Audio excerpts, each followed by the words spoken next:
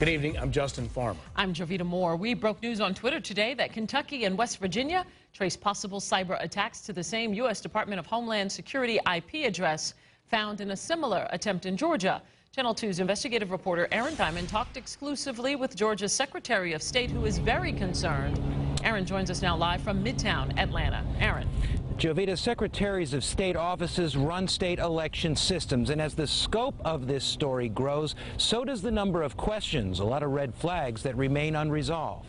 We need somebody to dig down into this story and figure out exactly what happened. Another demand for answers from Georgia Secretary of State Brian Kemp to the U.S. Department of Homeland Security. On Thursday, we confirmed election agencies in West Virginia and Kentucky have also traced suspected cyber attacks on its networks in November to the same DHS IP address Kemp's office already linked to a massive, unauthorized vulnerability scan of his agency's firewall that same month. So now this just raises more questions that haven't been answered about this, and continues to raise the alarms and the concern that I have. Through an open records request, we got a hold of the results of a survey Kemp asked the National Association of Secretaries of State send to its members. West Virginia wrote back, this IP address did access our election night results on November 7, 2016.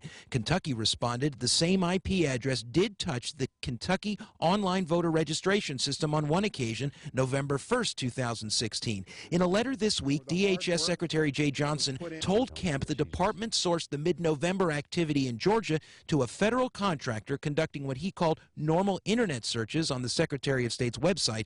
The problem for Kemp, we haven't been able to recreate this the way they've explained it to us. And Kemp told us DHS has yet to explain at least 9 other suspected network scans linked to DHS IP address over the last year on or around important primary and presidential election dates in Georgia. Kemp's call for answers amplified now by the National Association of Secretaries of State. The main challenge, we have one administration leaving town and another coming in. And so it does remain to be seen just who will be left holding the bag if we don't get a great explanation on what has occurred very soon.